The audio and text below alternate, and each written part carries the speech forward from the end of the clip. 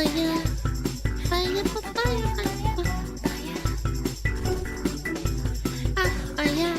The billionaires who own your water. It's just two people?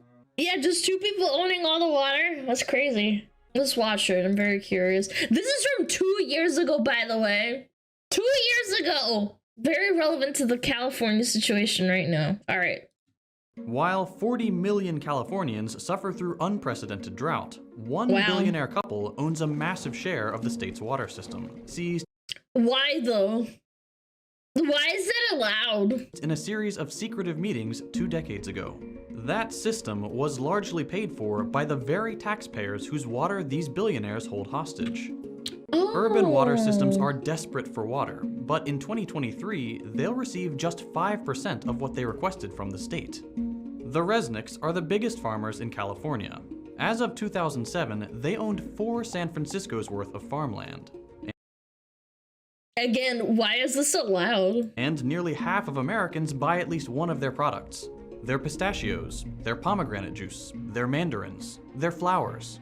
It's all under one massive umbrella, the Wonderful Company, a privately owned company worth at least $5 billion.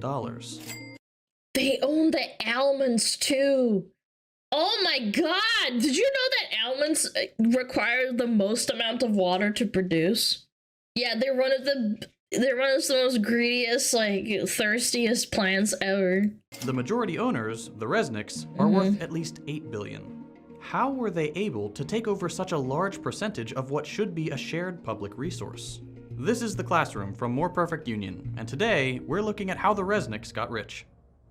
Linda is a former child actress, the daughter of Jack Harris, a And why does she own all the water now? successful movie distributor of the 1950s, most well known for The Blob. Starring Steve McQueen and a cast of exciting young people. Wow. At 19, she founded her own advertising agency. Stewart was born to a middle-class New Jersey family and started his first business, a janitorial service, in grad school. He eventually acquired American Protection Services, a burglar alarm and security company. It's just proof that sometimes all those people needed to do was be there at the right place at the right time and be a modicum of, like, smart. Yeah. It's not about you getting, like, unlucky or lucky. You just have to be at the right place at the right time. Linda approached him about marketing services for the company, and they hit it off, not knowing that one day they'd work together to take over California's water. The lovebird. You mean born into wealth? No, this literally just proved it. He came from a middle-class family in New Jersey. That's not like, you know, oh, he was a rich millionaire and born into it. You just didn't listen. Birds became business partners. They bought Teleflora, the flower delivery company, and the Franklin Mint, purveyors of inane little tchotchkes. Linda was the marketing person, and Stewart Who buys this crap? was in charge of business. As Linda told the LA Times in 1993, "I've always said that Stewart and I together make one perfect person, like little salt and pepper shakers." In the late 80s, they found their primary industry, agriculture. They got into the pistachio business. Linda said, "We've done more for the pistachio than anyone ever since it was planted in the Garden of Eden. My husband should..." Isn't that such a weird thing to say, since it was planted in the Garden of Eden? Whoa, whoa, whoa. should be canonized for all the work he's done. They started branching into other products, almonds, pomegranates, citrus, wine, and acquiring more and more land to cover it, including some very important land in Kern County, which granted them water rights in the area. As the Resnicks were building their empire, the state of California was building new water infrastructure with taxpayer money. California's natural water supply is very inconsistent. Vastly differing amounts of rainfall means the state can go from surplus to drought and back very easily.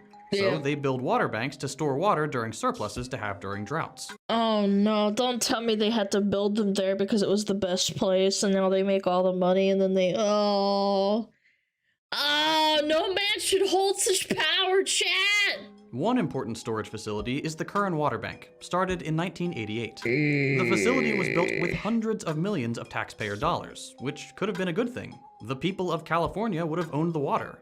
But there were 2 Californians thirstier than the rest, and they wanted more water. Yeah, Linda you don't say. and Stewart Resnick, and they had a lot of political power. We'll get to that. In 1994, state water officials, water infrastructure contractors, and agricultural landowners with water rights arranged a secretive meeting at a resort in Monterey Bay, California. These groups, a mix of private companies and public agencies, rewrote California's water rules without any input from voters, taxpayers, or legislators. The new rules, called the Monterey Plus Agreement or the Monterey Amendments, were devastating for working Californians, and great for agriculture. And this started in 1994, before most of the chat was born, bro. That's wild. Billionaires. The original code included urban preference, a long-standing rule that in times of drought, the state water board would give urban areas, where people live, access to water supplies before agricultural interests. Monterey axed that. That means that in times of drought, the water systems for normal Californians would have to buy water from private companies, because they weren't getting it from the state. The new agreement also loosened regulations on paper water. That's water that doesn't necessarily exist anywhere but on paper. The full quantities of water that providers could have, but don't actually need to have. Today, 5 times as much water has been promised and sold as actually exists.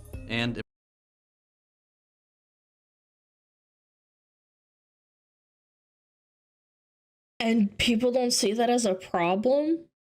I don't know, man.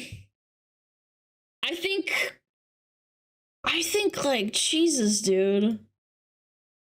Like, I wasn't even born in 1994 and this started. It's been around for like 30 plus years, chat. They do have read articles about it, but like the common man doesn't understand this. I feel like if you actually sat down and talked to someone, it would just be like, you know, people would be like, damn, what the fuck? What's wrong with you? Internet wasn't around back then. That is also very true. Yeah, you're right. Yeah, just ignorance. Importantly, the meeting changed ownership of the Kern Water Bank. What once belonged to the state was transferred to a few private water contractors, one of which was Westside Mutual, a wholly owned subsidiary of Wonderful Foods. The wonderful employee who runs Westside, Bill Phillimore, is the chairman of the public organization that manages the Kern Water Bank. Boom. One secret meeting, and the Resnicks owned nearly 60% of an important California water resource. It's like a mafia. Well, it's not even like a mafia. It is a mafia. Built with hundreds of millions of dollars in taxpayer money. The new ownership, combined with the rules on paper and surplus water, meant that during times of drought, the Resnicks could sell Kern water back to the state water systems. They took Californian taxpayers' water and sold it back to them. Both...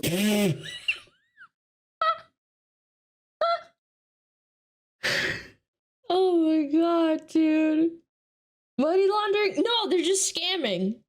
It's scamming. It's literally a scam. A racket. Literally as the water supply, and also to grow expensive food like gourmet pistachios and pomegranate juice. They converted the people's water into products many can't. Bro, I like pistachios. I know this brand.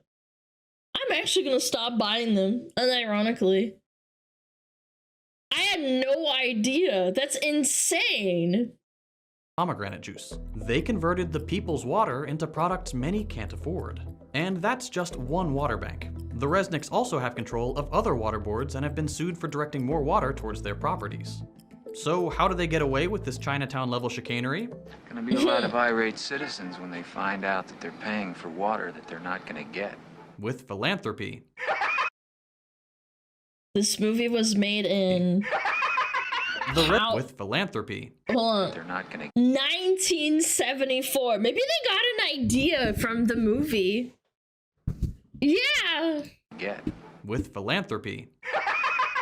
The Resnicks donate millions of dollars to politicians and research institutions, which help them secure control over water systems, and even get more water and more taxpayer funding. One important project is the proposed California Delta Tunnel, a taxpayer-funded project which would send water from Northern California to Central, where the Resnicks farms are. They've spent hundreds of thousands of dollars on state and federal legislation and politicians who support the tunnel project. But their favorite politician is Senator Dianne Feinstein. You come in here and you say it has to be my way or the highway. Chair of the Energy and Water Subcommittee. She's a close personal friend of the Resnicks, attending their holiday parties in Aspen and maintaining... Oh, so they're just best friends, huh? Huh. ...maintaining their financial interests. A quick look through the bills she sponsored shows several which would direct money to Kern-adjacent water projects. This is so The recent Resnicks too. even ask her for things directly. When a pesky study about endangering salmon and shad fisheries threatened the Delta Tunnel, Stewart wrote a letter to Feinstein demanding a new study. She immediately forwarded it to the Obama administration, who agreed to spend $750,000 on a new study. It returned the same results. Holy fuck! Over some fucking fish? Can't buy science. But the Resnicks have tried. They are among the top Thanks, donors to the Obama. University of California system, with their donations focusing on agricultural and ecological studies. The Resnicks have basically bought entire departments who put out studies on how water systems should be managed, and where funding should go. That's smart. That's smart. Funding your own research so that it inadvertently probably validates your own business. That's crazy work. That leads to even more federal and state taxpayer dollars being used to fix up what the Resnicks profit off of. This is all bad for California, even in a capitalistic sense.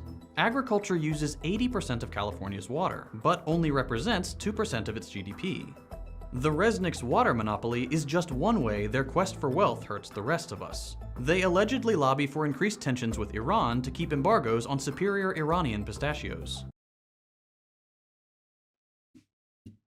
No way! Why am I not surprised?